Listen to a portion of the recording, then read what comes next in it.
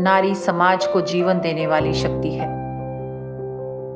नारी के बिना समाज की कल्पना भी नहीं की जा सकती, परंतु आज समाज में नारी के अस्तित्व को बचाना एक चुनौती है।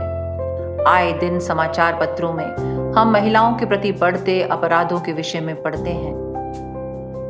कन्या भ्रूण हत्या, दहेज प्रथा, यौन उत्पीड़न, बलात्कार और घरेलू हिंसा जैसी समस्याएं अपने चरम पर हैं। सरकार ने महिलाओं को संरक्षण प्रदान करने एवं उनके अधिकारों की रक्षा के लिए विभिन्न योजनाएं एवं कानून बनाए हैं, जैसे PCPNDT एक्ट, दहेज अधिनियम एवं घरेलू हिंसा अधिनियम 2005 इत्यादि। भारत में बेटी बचाओ बेटी पढ़ाओ अभियान विशेषकर बेटी के जन्म पर नकारात्मक सोच को परिवर्तन करने के लिए एवं समाज में बेटियों के लिए स्वस्थ माहौल बनाने के लिए चलाया गया है। ऊना उत्कर्ष जिला प्रशासन ऊना हिमाचल प्रदेश की एक पहल, जो बेटी बचाओ बेटी पढ़ाओ योजना को और प्रबल व गतिशील बनाने का प्रयास है। इसके अंतर्गत जन भागीदारी द्वारा दुकानों पर बेटी के नाम के बोर्ड लगाए गए हैं। मेरे गांव की बेटी मेरी शान के अंतर्गत वुमेन अचीवर्स को सम्मानित किया जाता है।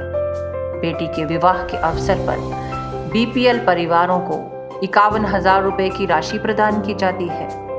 बेटियों की शिक्षा पर भी आर्थिक सहायता प्रदान की जाती है। कहीं न कहीं बेटियों के प्रति नकारात्मक सोच का कारण दहेज प्रथा एवं घरेलू हिंसा जैसी घटनाएं हैं।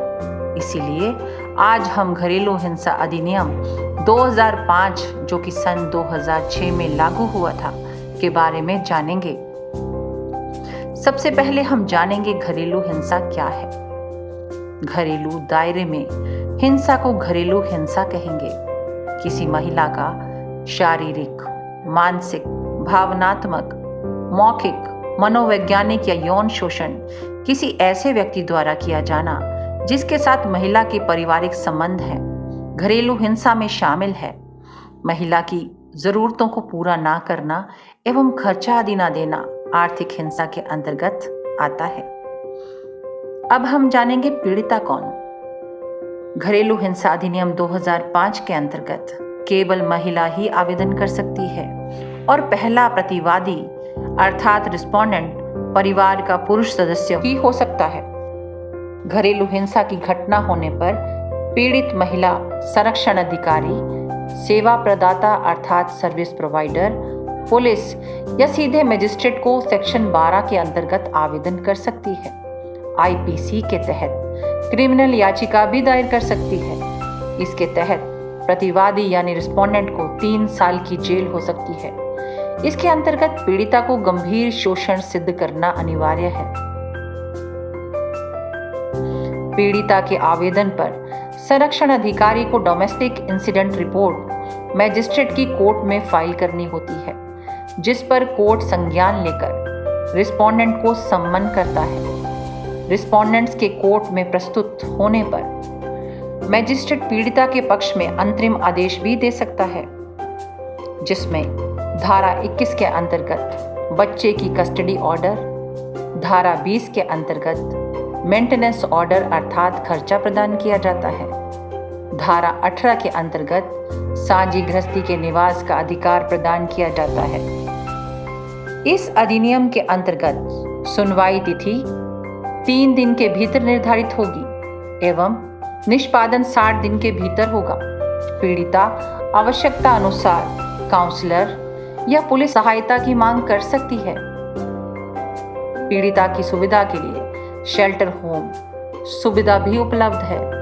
इसके लिए प्रत्येक जिला में 1 स्टॉप सेंटर्स भी स्थापित किए गए हैं, जिनमें पीड़िता महिला के भोजन एवं रहने की निःशुल्क सुविधा के साथ साथ स्वास्थ्य सुविधा भी उपलब्ध है। इसके अतिरिक्त पीड़ित महिला को मेडिकल फैसिलिटीज एवं लीगल एड अर्थात निःशुल्क कानूनी सहायता भी प्रदान की जाती है।